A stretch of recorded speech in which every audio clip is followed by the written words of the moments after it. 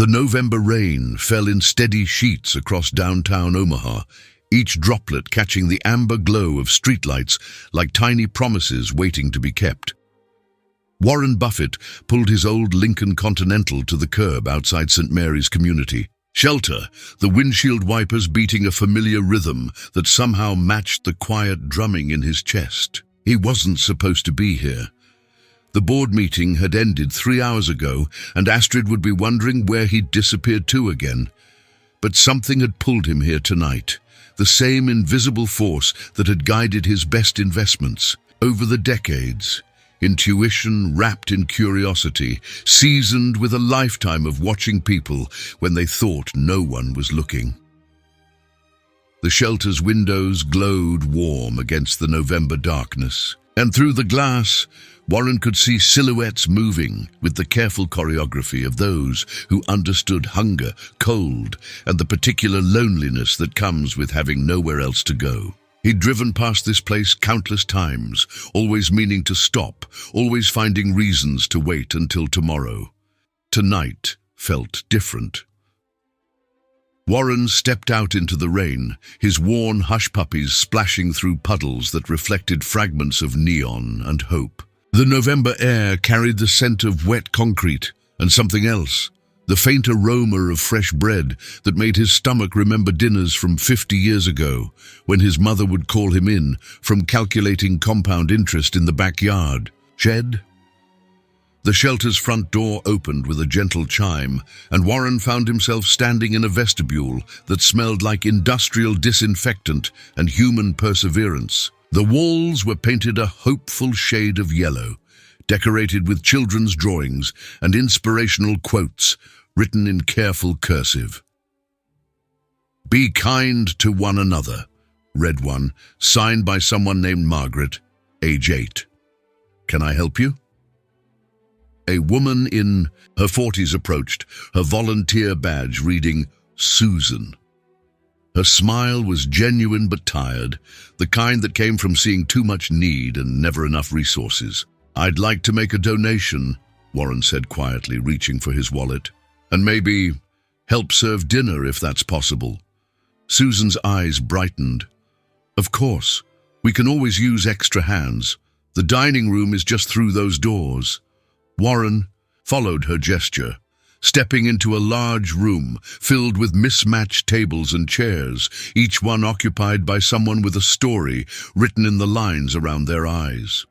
The conversations were hushed, punctuated by the soft clinking of utensils against ceramic bowls. This was dignity in motion, people sharing meals, sharing space, sharing the burden of another day survived. He was reaching for an apron from the volunteer station when he saw him. The man sat alone at a corner table, hunched over a bowl of soup, with the particular posture of someone trying to take up as little space as possible. His grey hair was longer than Warren remembered, and his face carried new lines, but the hands, those careful, expressive hands that had once drawn equations on a chalkboard with the precision of a watchmaker, those hands were unmistakable. Professor Benjamin Morris, the man who had taught Warren that numbers weren't just symbols on a page, but stories waiting to be understood. The teacher who had stayed late every Tuesday for 3 years, helping an awkward teenager from Omaha understand that math wasn't about finding right answers, but about asking better questions. Warren's hand froze on the apron strings. The dining room seemed to tilt slightly, like he was seeing the world through water. How many years had it been? 30, 40. Time compressed and expanded simultaneously, the way it did when you encountered a ghost from a life you thought you'd filed away in memory's neat categories. Professor Morris had aged in the way that teachers do, slowly, then all at once. His suit jacket, hanging loose on a frame that had once filled lecture halls with authority, was clean but worn thin at the elbows. His shoes, Warren noticed with the investor's eye for detail that never stopped cataloguing, had been resoled more than once. The professor looked up then, perhaps sensing the weight of observation, and his eyes met Warren's across 30 feet of linoleum and 40 years of silence. Recognition flickered like a candle in wind, uncertain, then steady, then warm with something that might have been joy if it hadn't been tempered by circumstances neither man could have predicted. Warren walked over slowly, each step measured. Like he was approaching a wounded animal that might flee, the professor set down his spoon with the deliberate care of someone who had learned not to waste anything, not even the motion of eating. "Warren Buffett," Professor Morris said, and his voice carried the same cadence that had once made algebra feel like poetry. "I wondered if I might see you again someday." Warren sat down without invitation, his usual protocol of handshakes and pleasantries abandoned in the face of something larger than social convention. Professor Morris, Ben. The name felt strange in his mouth, too familiar and not familiar. "Enough. What are you doing here?" The question hung between them like incense, heavy with implications neither man wanted to examine too closely. Professor Morris smiled, the expression carving familiar lines around his eyes. "Having dinner, same as everyone else." It was an answer that said everything and nothing, the kind of deflection that teachers mastered when students asked questions they weren't ready to understand. Warren felt 15 again, sitting in Morris's classroom after the final bell, trying to work up the courage to ask why compound interest mattered when he could barely afford lunch. "How long have you been—" Warren gestured vaguely at the room around them, unable to finish the sentence. 6 months. Maybe 7. Professor Morris picked up his spoon again, stirring soup that had gone cold while they talked. "Time moves differently when you're not teaching. Did you know that? Without bells and semesters and graduation ceremonies, it all starts to blur together." Warren nodded, though he couldn't really understand.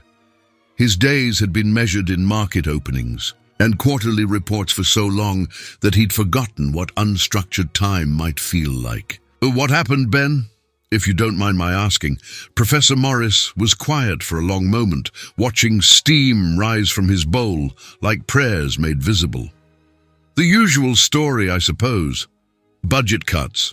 Early retirement, they called it, though I was barely 62. My pension, well, it wasn't quite what they'd promised, and then Margaret got sick, the professor's wife. Warren remembered her from faculty parties his parents had dragged him to.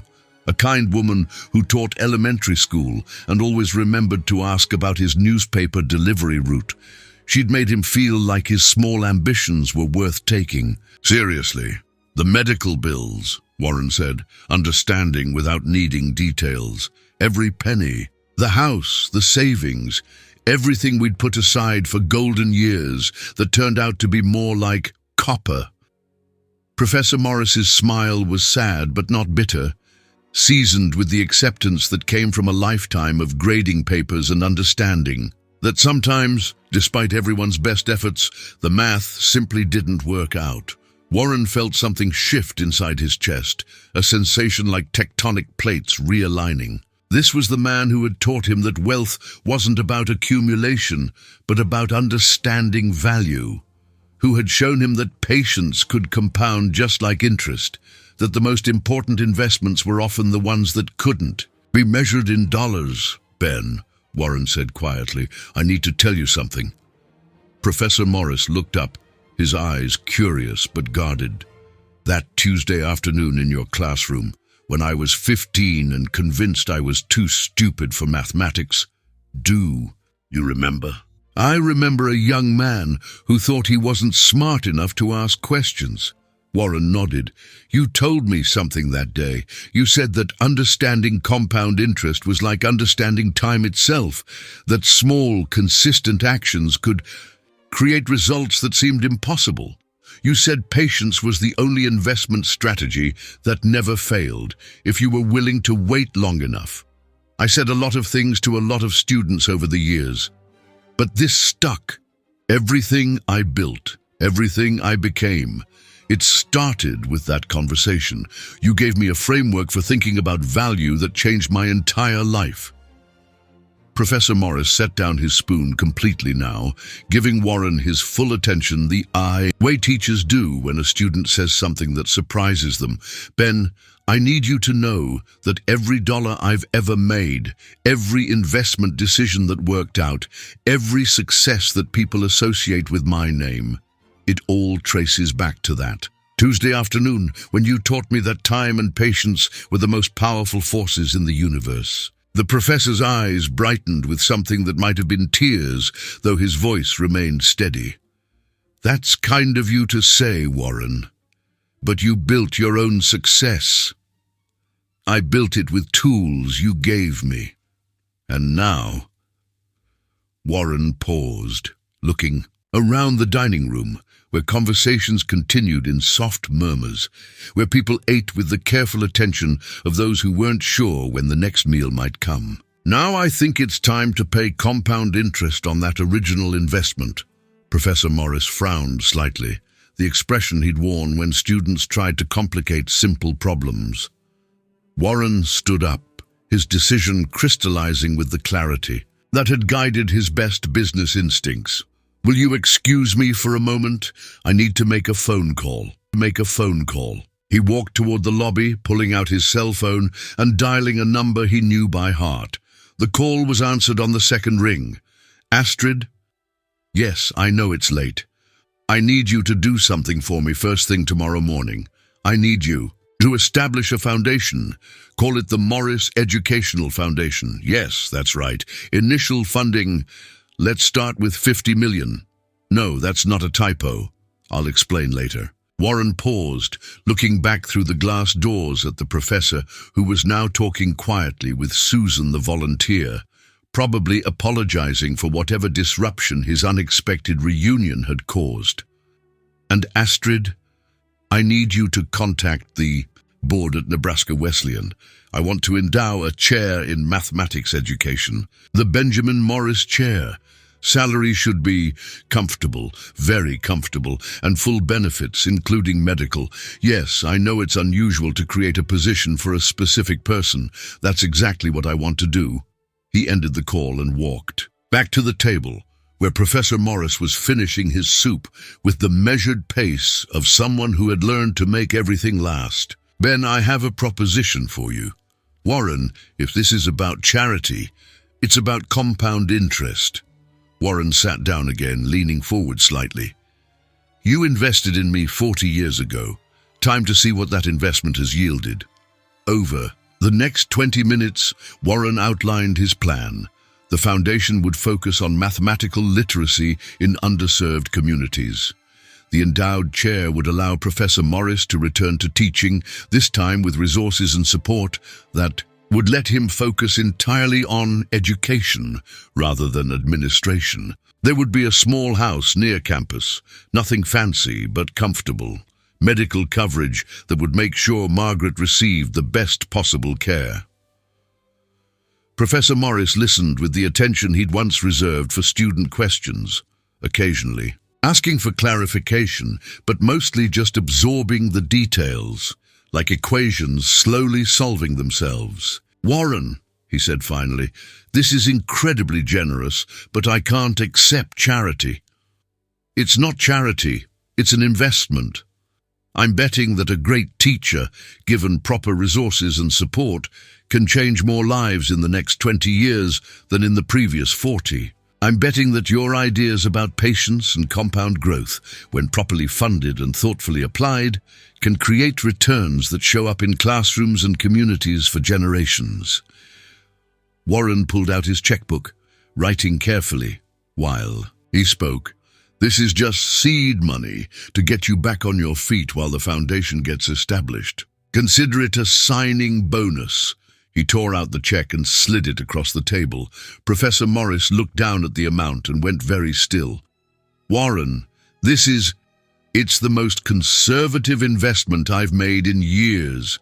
The return on developing Young minds, on teaching people to think clearly about numbers and time and value. There's no ceiling on that kind of compound growth. Professor Morris picked up the check with hands that trembled slightly. I don't know what to say.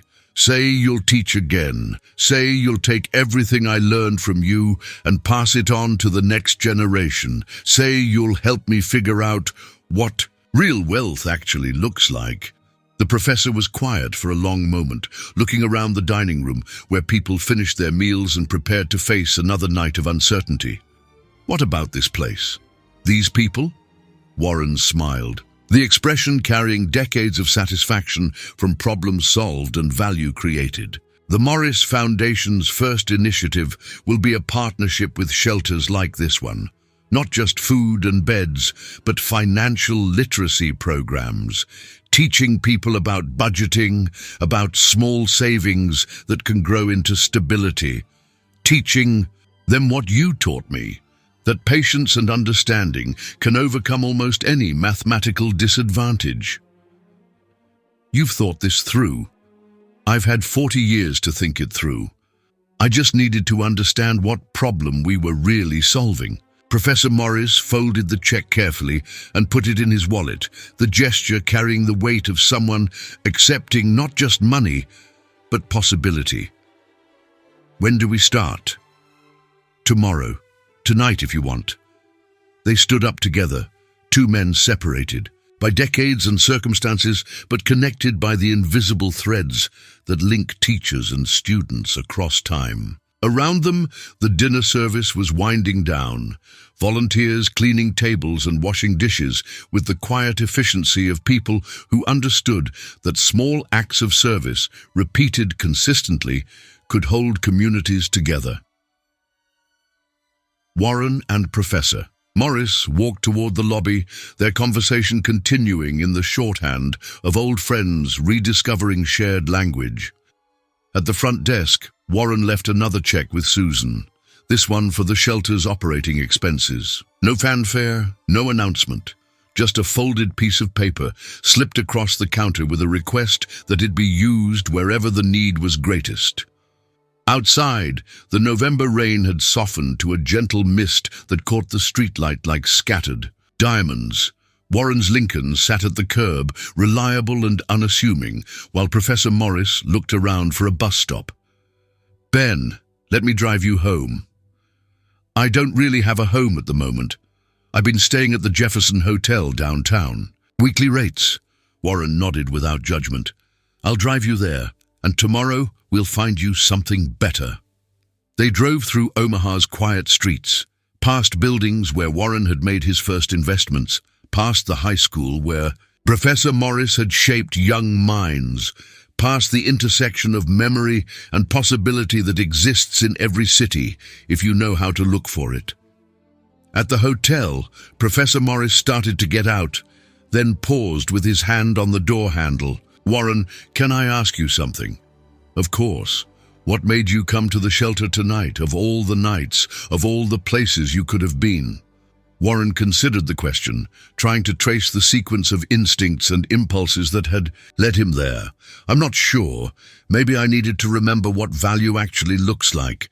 Maybe I needed to understand that the best investments aren't always the ones that make you rich. Professor Morris smiled, the expression carrying echoes of every lesson he'd ever taught and every student who'd ever surprised him. Compound interest works both ways, you know.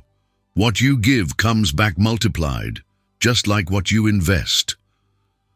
I'm counting on it. The professor got out of the car and walked toward the hotel entrance, his posture a little straighter than it had been a few hours earlier. Warren watched until he disappeared through the glass doors, then sat for a moment in the gathering silence. His phone buzzed with a text from Astrid. Foundation paperwork will be ready by noon tomorrow. Board meeting moved to accommodate. What prompted this? Warren typed back. Compound interest finally matured. He drove home through streets that looked different now, seeing them through the lens of possibility rather than habit. The city was full of Professor Morrises, people whose value couldn't be measured in quarterly reports, but whose influence rippled through generations like stone thrown into still water. At home, Astrid was waiting in the kitchen with tea and the kind of patient expression that came from 40 years of marriage to someone whose best ideas often arrived at unexpected moments. "Long meeting?" she asked. "Life-changing meeting." Warren sat down across from her, accepting the cup of chamomile, tea that had become their evening ritual. "I found my old math teacher tonight. He's been living in a shelter." Astrid's expression shifted from curiosity to concern. "Oh, Warren, I've been thinking about legacy lately, about what happens to the people who shape us before we become who we think we are, about the difference between being rich and being wealthy." He told her about the evening, about Professor Morris and the shelter and the foundation that would launch tomorrow. Astrid listened with the attention she reserved for his most important decisions, asking questions that helped him clarify details he hadn't fully worked out yet. "50 million to start," she said finally. "It's not enough, but it's a beginning." "And you think this will work, teaching financial literacy in shelters?" Warren set down his teacup, considering the question with the same care he'd once applied to analyzing balance sheets. "Ben taught me that the most important lessons aren't about money. They're about time, patience, and understanding that small actions can create enormous results if you're willing to wait for them to mature. And you think people in shelters are ready to learn about compound interest? I think people everywhere are ready to learn about hope that doesn't depend on luck, about building something small that can grow into something stable, about the difference between gambling and investing." Astrid nodded slowly. "When do you want to announce this?" "I don't. The Morris Foundation will do its work quietly, the way Ben taught me to work. The best investments don't need publicity. They need patience and proper execution." That night, Warren lay awake thinking about circles completing themselves, about students becoming teachers and teachers becoming students again, about the mathematics of gratitude and the compound interest earned by treating every encounter as an opportunity to add value to someone else's equation. 3 months later, Professor Morris stood in front of his first class in the newly established financial literacy program at St. Mary's Shelter. The room was small, the desks mismatched, the students a collection of people who had learned hard lessons about the difference between surviving and thriving. "Today we're going to talk about compound interest," he began, his voice carrying the same authority it had possessed in lecture halls and high school classrooms. "Not because it's going to make you rich overnight, but because understanding how small, consistent actions can create large results is the foundation of hope itself." An older woman in the front row raised her hand. "Professor, I don't have money to invest. Why should I care about interest rates?" Professor Morris smiled, remembering a teenage boy who had asked similar questions 40 years earlier. "Because compound interest isn't just about money. It's about time. It's about the power of doing small things consistently, whether that's saving 50 cents from each paycheck or reading to your children every night, or taking one class that makes you slightly more employable." He drew a simple graph on the whiteboard, showing how small amounts grew over time. Warren Buffett once told me that understanding compound interest changed his life. Not because it made him wealthy, but because it taught him that patience and consistency could overcome almost any disadvantage. The students leaned forward, intrigued despite themselves. These were people who had learned to think in terms of days and weeks, not years and decades. But something in Professor Morris's voice suggested that maybe, just maybe, time could work for them instead of against them. "Let me tell you about a student I once had," Professor Morris continued. "He was 15, convinced he wasn't smart enough for mathematics, certain that success was something that happened to other people. but he learned to be patient with his investments and, more importantly, to be patient with himself. The class ran long that day, students asking questions about budgeting and savings accounts and credit scores, with the intensity of people discovering that they had more control over their futures than they dared to believe. Professor Morris answered each question with the care of someone who understood that education wasn't about transferring information, but about transferring hope. After the last student left, Warren appeared in the doorway, as he had every Tuesday. Since the program started, he never announced his visits, never made them about himself. He simply showed up, listened from the back of the room, and asked thoughtful questions about curriculum and student progress. "How did it go today?" Warren asked. "Mary Rodriguez is going to open her first savings account tomorrow. James Thompson wants to take the GED prep course. Sarah Kim asked about community college programs." Professor Morris packed his papers with the satisfaction of someone measuring success in individual lives rather than aggregate numbers. "And you? How are you doing?" Professor Morris considered the question seriously. Margaret's treatment was going well, funded by health insurance that didn't require impossible choices between medicine and rent. Their small house near campus had a garden where he grew tomatoes and where she painted watercolors on sunny afternoons. The endowed chair provided not just salary, but resources, books, technology, support staff that let him focus on teaching rather than administration. "I'm doing what I was meant to do," he said finally, "teaching people that they have more power over their circumstances than they realize. That patience and understanding can compound into something larger than the sum of their parts." Warren nodded, understanding the feeling. "The foundation board wants to expand the program to 5 more cities next year. Are you sure the funding will hold up?" Warren smiled, the expression carrying decades of confidence in long-term thinking. "Ben, what did you teach me about compound interest?" "That time is the most powerful force in investing. This investment has been maturing for 40 years. We're just now starting to see the real returns." They walked out of the shelter together, 2 men whose lives had intersected at precisely the moment when both needed to remember what value actually looked like. The November evening was crisp but not cold, full of the promise that winter brings when you know spring is part of the equation.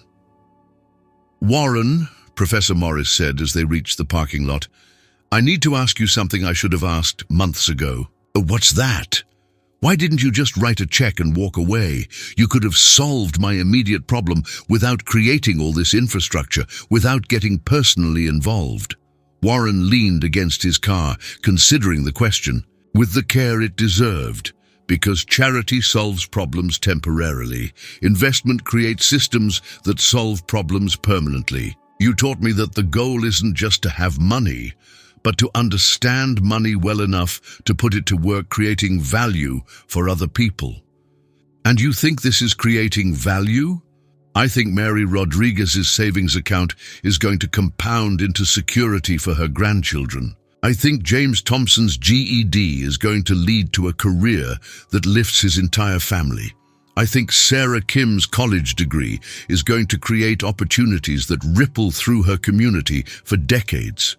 Professor Morris smiled, recognizing his own theories being applied on a scale he'd never imagined possible. "Compound interest." "Exactly. Your ideas, properly funded and systematically applied, creating returns that show up in families and communities and generations. The mathematics of hope, scaled up to the point where individual success stories become social transformation." They stood in comfortable silence for a moment, watching students from the evening GED class walk to the bus stop, their faces carrying the particular satisfaction that comes from learning something new and useful. These were people who had discovered that their circumstances weren't fixed variables, but problems that could be solved with time, patience, and the right kind of support. "Ben, Can I tell you something I've never told anyone? Professor Morris nodded. The day I walked into that shelter and saw you there, it wasn't coincidence. I'd been feeling lost for months, wondering if everything I'd built actually mattered, wondering if accumulating wealth was the same thing as creating value. I needed to find you as much as you needed to be found. What do you mean? Warren looked up at the stars beginning to appear in the darkening sky, each point of light the result of processes too vast and patient to be fully comprehended. I needed to remember that the best investments aren't about maximizing returns for yourself. They're about creating systems that generate value for everyone involved. You taught me that 40 years ago, and I'd forgotten it somewhere along the way. And now I remember that wealth isn't what you accumulate, it's what you enable. It's the compound interest on every life you touch, every opportunity you create, every problem you help solve. Professor Morris extended his hand, and Warren shook it with the gravity of two people sealing an agreement that would ripple through time in ways neither could fully predict. Same time next week? Professor Morris asked. Wouldn't miss it. Warren drove home through streets that had become familiar again, seeing the city through the lens of possibility and connection rather than merely efficiency and optimization. At traffic lights, he found himself looking at other drivers and wondering about their stories, their struggles, their unrealized potential. The mathematics of human value suddenly seemed more complex and more beautiful than any financial equation he'd ever solved. At home, Astrid was grading papers at the kitchen table. Her own volunteer work with adult literacy programs had expanded. Since Warren's shelter project began, she looked up as he entered, her expression curious and knowing. Good class tonight? Getting better every week. Ben thinks we're ready for the advanced curriculum, investing basics, retirement planning, small business fundamentals. People who were homeless 3 months ago are ready to learn about retirement planning. Warren poured himself a glass of water and sat down beside her. People who were homeless 3 months ago have learned more about financial risk and resource management than most MBA students. They just need someone to teach them that those survival skills can be applied to building wealth instead of just avoiding disaster. Astrid set down her red pen and gave him her full attention. You really believe this is going to work? I believe Professor Morris was right about compound interest being the most powerful force in the universe. I believe small, consistent actions can create results that seem impossible. And I believe that every person in that shelter has the same potential for growth and success as anyone else. They just need access to the right tools and the right kind of patience. Your kind of patience. Warren considered this, thinking about decades of holding stocks through market volatility, of building relationships over years rather than quarters, of understanding that the most important results often took longer than anyone expected, but lasted longer than anyone imagined. The kind of patience Ben taught me. The understanding that time works for you if you're willing to work with time. 6 months later, the first Morris Foundation annual report landed on Warren's desk. The numbers were compelling. 847 people had completed the basic financial literacy program. 312 had opened their first savings accounts. 156 had found stable employment. 89 had enrolled in continuing education programs, and 34 had started small businesses. But the real story was in the individual profiles scattered throughout the report. Mary Rodriguez, who had saved enough for a security deposit on an apartment and was planning to bring her grandchildren to live with her. James Thompson, whose GED had led to a job at the county courthouse and whose teenage daughter had stopped cutting school because she finally believed college was possible. Sarah Kim, who had transferred from community college to the state university and was majoring in social work with plans to return to the shelter as a counselor. Warren read each profile carefully, understanding that these weren't just success stories but compound interest made visible. individual transformations that would ripple through families and communities in ways that couldn't be quantified but could be felt for generations. His phone rang, interrupting his reading. Professor Morris's voice was excited in the way that teachers get when students exceed expectations.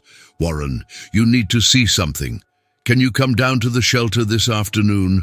What's happening? Mary Rodriguez wants to make a presentation to the board about expanding the program." What kind of expansion? She wants to teach a class herself, basic budgeting for Spanish-speaking families. She says she understands the numbers now, but more importantly, she understands the fear. She thinks she can reach people that professional teachers might not be able to connect with. Warren smiled, recognizing the moment when investment becomes self-sustaining, when the people you've helped become helpers themselves. "What time should I be there?" 2 o'clock, conference room. "And Warren, bring your checkbook. I think you're going to want to fund this." The presentation was unlike anything in Warren's decades of board meetings and investment pitches. Mary Rodriguez stood at the front of the room with handwritten notes and a passion that came from lived experience rather than theoretical knowledge. She explained how financial literacy wasn't just about math, but about hope. How people needed to believe change was possible before they could learn the tools that made it achievable. "I was scared of banks for 40 years, she said, her voice steady despite the magnitude of speaking to a room full of strangers. Scared of credit, scared of debt, scared of making mistakes that would make everything worse. Professor Morris didn't just teach me about compound interest.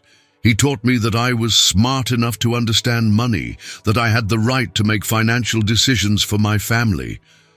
She outlined her proposed curriculum, a peer-to-peer program that would pair recent graduates of the financial literacy course with new participants. The teaching would happen in Spanish and English, in churches and community centers, in living rooms and kitchen tables, where people felt safe enough to admit what they didn't know.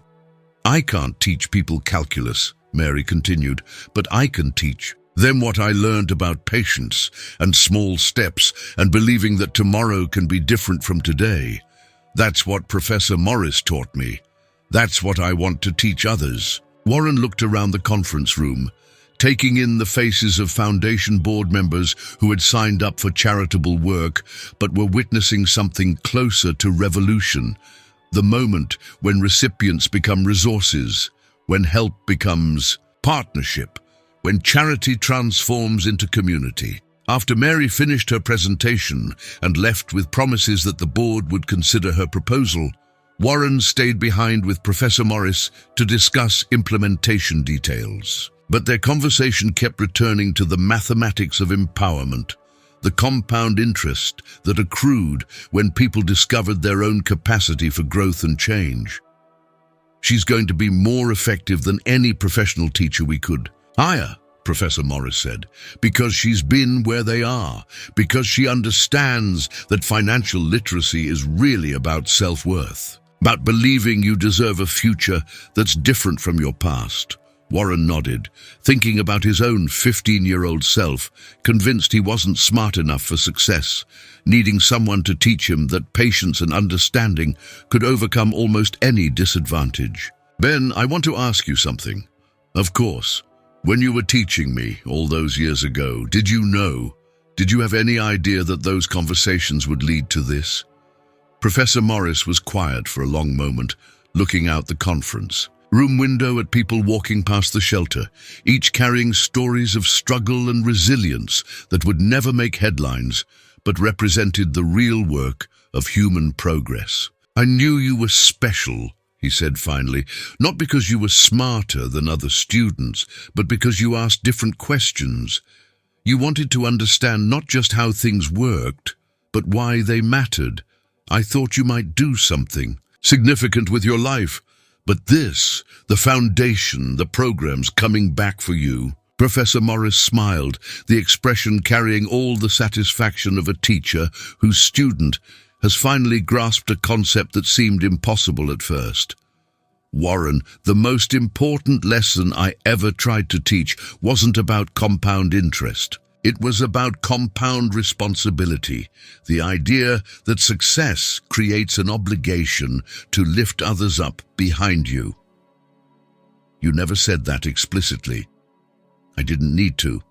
I just had to wait for you to figure it out. Warren felt something settle into place inside his chest, a sense of completion that had nothing to do with financial returns and everything to do with understanding his place in a chain of teaching and learning that stretched backward and forward. Through time. What's next? He asked.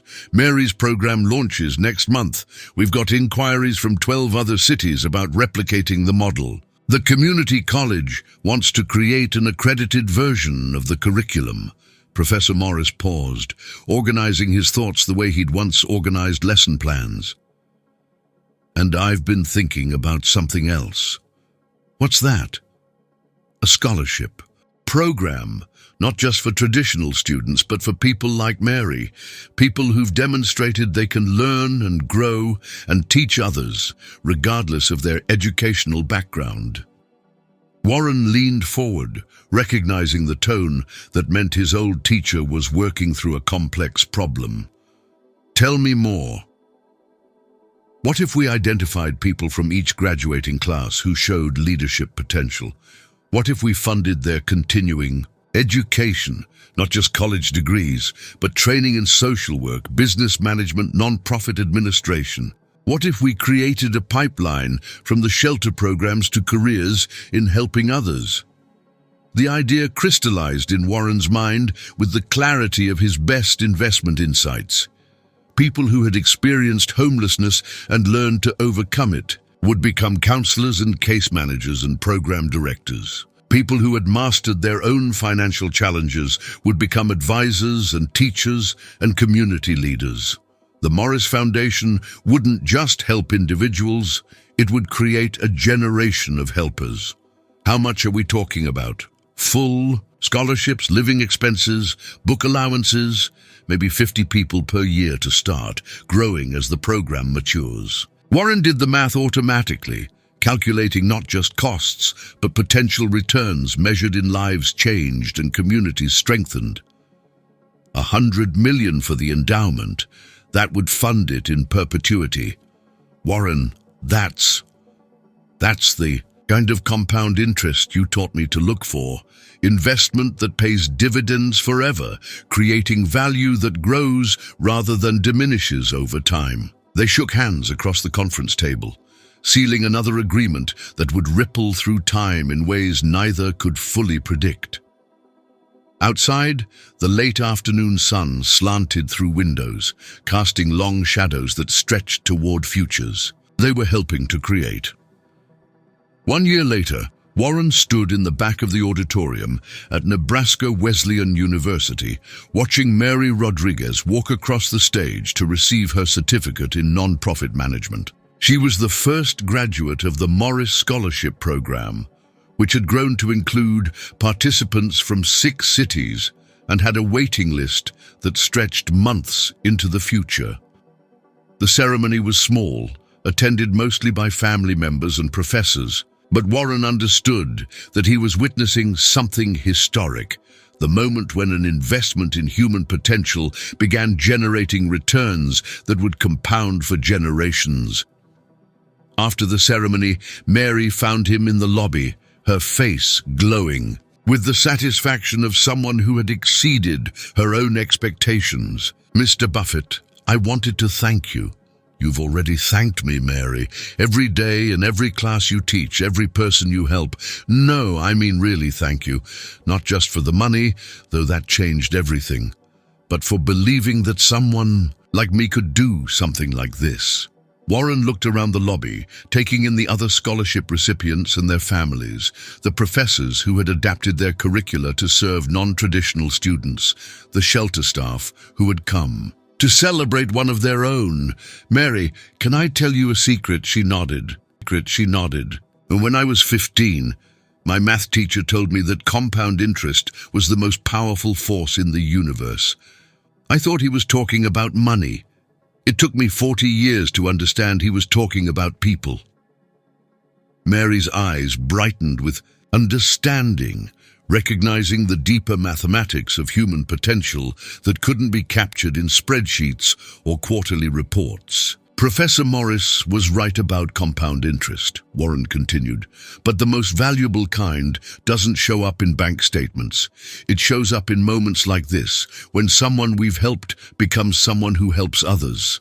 The lobby gradually emptied as families headed home to celebrate, but Warren lingered, watching Professor Morris say goodbye to students and colleagues with the particular warmth that teachers reserve for graduation days. At 73, he moved with the energy of someone who had found his purpose again, who understood that retirement wasn't about stopping work, but about finding work worth doing regardless of age.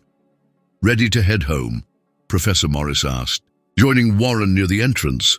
Actually, I was hoping we could take a drive first. There's something I want to show you. They drove through Omaha's familiar streets, past the shelter where their reunion had begun, past the community college where Mary now taught evening classes, past the dozen small businesses started by Morris. Foundation graduates. The city looked different to Warren now, less like a collection of investment opportunities and more like a network of human connections, each intersection representing someone whose life had been touched by the ripple effects of patient capital and careful teaching. Where are we going? Professor Morris asked as they turned onto a tree-lined street in the Benson neighborhood. You'll see. Warren pulled into the driveway of a modest two-story house with a neat garden and a small sign by the front door. Morris Community Learning Center. Through the windows, they could see people gathered around tables, bent over books and worksheets, engaged in the particular concentration that comes with learning something new and useful. What is this? Warren smiled, enjoying the moment of surprise. Mary's latest project. She convinced the foundation board that learning needed to happen where people lived, not just where institutions existed. So we bought this house and turned it into a neighborhood learning center. They walked up the front steps and through a door, entering a living room that had been converted into classroom space while retaining the warmth of a family home. In the kitchen, teenagers worked on GED preparation while their parents attended English conversation classes in the dining room. Upstairs, a business planning workshop was helping aspiring entrepreneurs understand cash flow and marketing. Mary appeared from the kitchen, wiping her hands on an apron and greeting them with the confidence of someone who had discovered her calling. Professor Morris. Perfect timing. I wanted to show you the new computer lab we set up in the basement. They followed her downstairs, where donated equipment hummed quietly as students worked through online courses in everything from basic computer skills to advanced accounting. The space felt alive with possibility, charged with the energy that comes when people believe they can change their circumstances through effort and education. How many people are using the center? Warren asked. About 60 per week, but it's growing. Word of mouth, mostly. People telling their neighbors, their relatives, their co-workers that there's a place where you can learn things that actually matter. Professor Morris moved through the space with the wonder of someone seeing his theories implemented beyond his wildest imagination. This is remarkable, Mary. How did you know this would work? Because I knew what didn't work. I knew that a lot. Of people were scared to go to formal institutions, scared they'd be judged or made to feel stupid. But everyone feels comfortable in someone's living room. Warren understood the genius of the approach. By embedding education in community space, by making learning feel like hospitality rather than instruction, Mary had solved problems that traditional institutions struggled with for decades. They spent an hour touring the center, talking with students and volunteers, observing classes and workshops that buzzed with the particular energy of people discovering they were capable of, more than they'd believed possible. Each conversation reinforced Warren's growing understanding that the most important investments couldn't be measured in traditional metrics, but had to be felt in the texture of individual lives and community connections. As they prepared to leave, Mary pulled Warren aside for a private conversation. "Mr. Buffett, I need to tell you something." "What's that?" "Last month, I got a call from someone in Detroit. They'd heard about our programs and wanted to know if we could help them start something similar. Then someone from Phoenix called. Then Milwaukee." Warren nodded, recognizing the pattern of organic growth that characterized the best ideas. "I think this is ready to scale," Mary continued. "Not just the learning centers, but the whole model. Training community leaders to identify needs and resources, helping them adapt our curriculum to their specific circumstances, supporting them through the first few years until they're self-sustaining. What would you need?" Mary pulled out a folder filled with handwritten notes and carefully prepared budgets. "I've been working on this with some of the other scholarship recipients. We think we could establish 10 new learning centers in the first year, 20 in the second, 50 by year 5. Warren looked through her materials, impressed by the thoroughness of her planning and the sophistication of her thinking. This was compound interest made visible.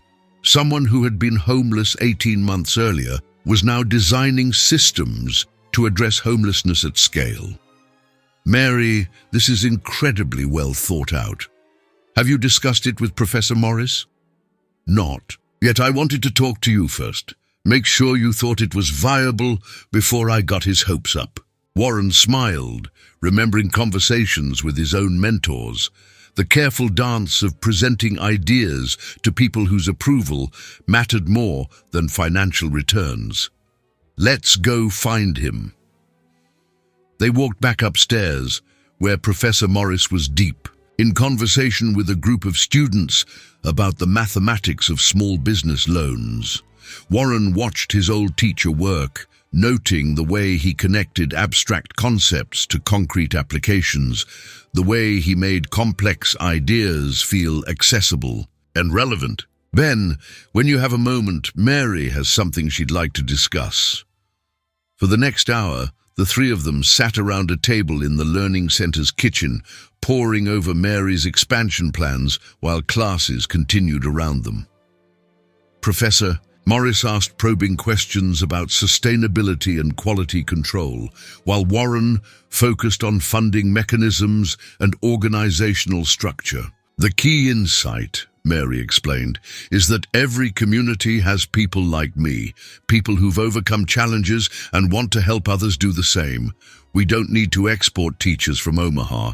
We need to identify local leaders and give them the tools to become teachers."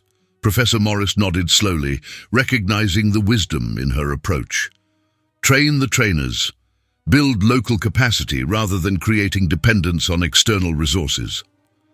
Exactly. And because each learning center would be embedded in its own community, the programming could adapt to local needs. Urban centers might focus on computer skills and English language learning. Rural centers might emphasize small business development and financial planning. Warren saw the elegance of the model, the way it addressed root causes rather than just symptoms, the way it created sustainable systems rather than temporary relief. "What's your timeline?" he asked.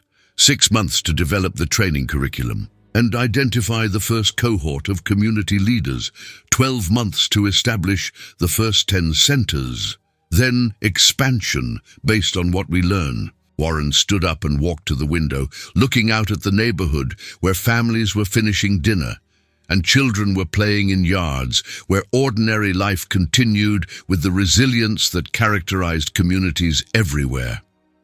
This was where change actually happened, not in boardrooms or policy papers, but in living rooms and kitchens where people gathered to learn and grow together. "Mary, I want to fund this, all of it." "Mr. Buffett, you don't even know how much." "It doesn't matter. This is the kind of investment that creates returns we can't even calculate yet. You're talking about building infrastructure for human development that could impact thousands of communities over decades. Professor Morris joined Warren at the window, both men looking out at a world that seemed full of possibility and connection. Ben, what do you think? I think Mary has figured out something that took me 40 years to understand, that the best teaching happens when people don't realize they're being taught, that the most important learning occurs when people feel safe enough to admit what they don't know. So we do it. We do it. They shook hands around the kitchen table, three people from different generations and backgrounds united by a shared understanding that education was the ultimate compound interest. Investment that paid dividends not just to individuals but to entire communities, creating value that rippled through time in ways that couldn't be predicted but could be trusted to multiply. 2 years later, Warren received a letter that made him understand the true mathematics of what they had built together. It came from a woman named Elena Vasquez in Phoenix, a graduate of one of Mary's training programs who had established a learning center in her neighborhood and was writing to report on their progress. "Dear Mr. Buffett," the letter began, "I am writing to thank you for something you probably don't remember doing. Last year, you funded a training program that taught me how to start a community learning center. I wanted you to know what that investment has become." Elena went on to describe her center, which served primarily Spanish-speaking families and had helped 127 people in its first year. But the real story was in the details. Children whose grades had improved because their parents could now help with homework. Families who had avoided predatory lending because they understood credit and debt. Small businesses that had thrived because their owners had learned basic accounting and marketing. But the most important thing, Elena continued, is what happened with my daughter Sophia. She is 16 and was planning to drop out of school to work and help support our family. But when she saw me learning and teaching others, when she saw that education could be something that happened at home and in community, she decided to stay in school. She wants to become a teacher herself now. Warren read the letter twice, understanding that he was witnessing compound interest in its purest form, investment creating returns that generated new investment, value building on value in ways that would continue long after the original investors were gone. He drove to the Learning Center that evening, where Professor Morris was leading a workshop on retirement planning for people who had never imagined they could afford to retire. The room was full, every chair occupied by someone who had discovered that their financial future wasn't fixed, but could be shaped through understanding and patience. After the workshop, Warren and Professor Morris walked through the neighborhood, past houses where lights glowed warm in kitchen windows, past small businesses started by Learning Center graduates, past bus stops where people waited with textbooks and notebooks, heading home from evening classes. "Ben, I got a letter today." Warren shared Elena's letter, watching his old teacher's face as he read about compound interest made visible in individual lives. "How many centers are operating now?" Professor Morris asked.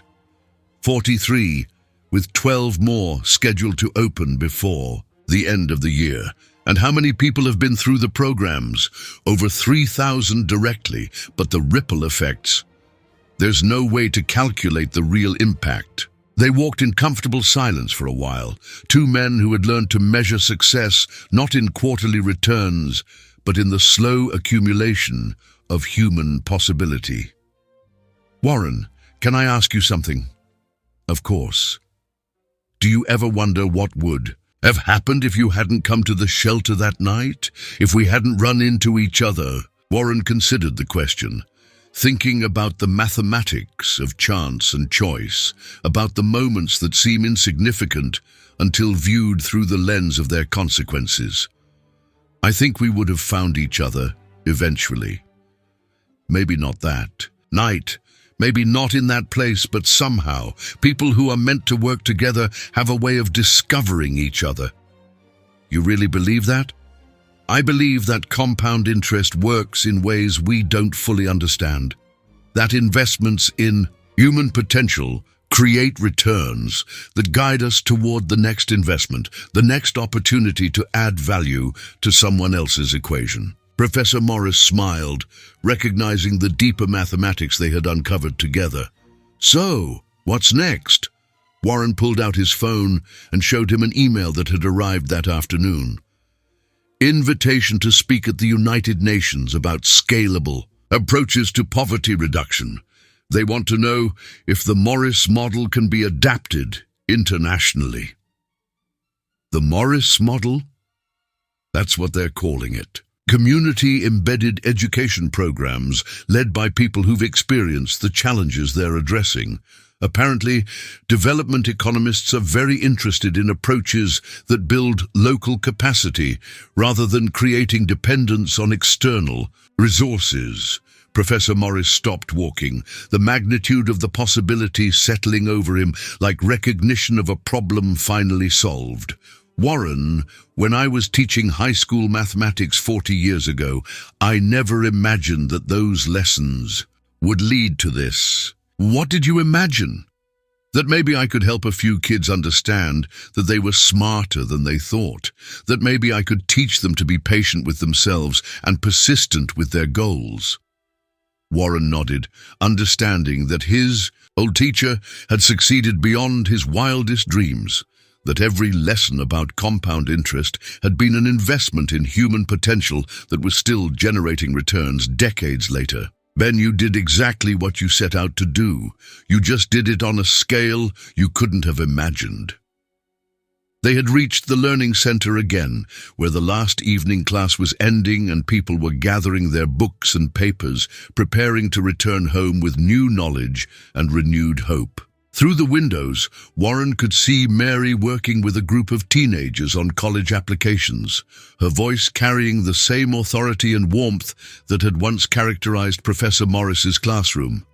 Some investments don't show returns on paper, Warren said quietly, watching the scene unfold inside. Only in people. Professor Morris nodded, understanding that they had discovered something more valuable than any stock or bond or real estate investment. They had learned that the most important compound interest couldn't be measured in dollars, but in the slow accumulation of human dignity, one person at a time, one community at a time, one generation at a time.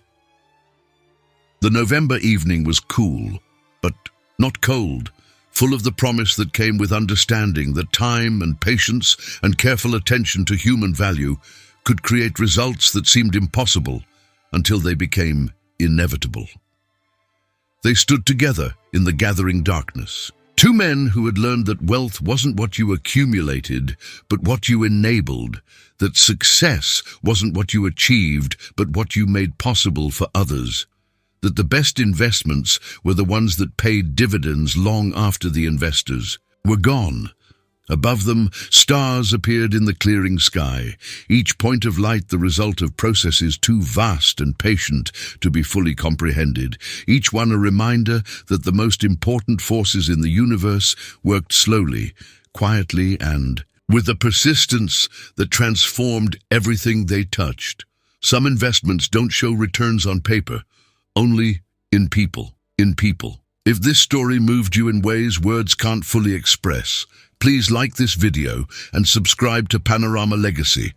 Every click helps carry quiet stories to those who need them most.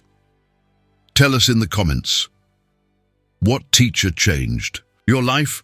And have you ever told them? And if you're ready for another story, one where actions whisper louder than words, where kindness doesn't need cameras, and where a legacy is built in the silence, click on the next video on your screen, because sometimes the greatest thank you is remembering who first believed in you.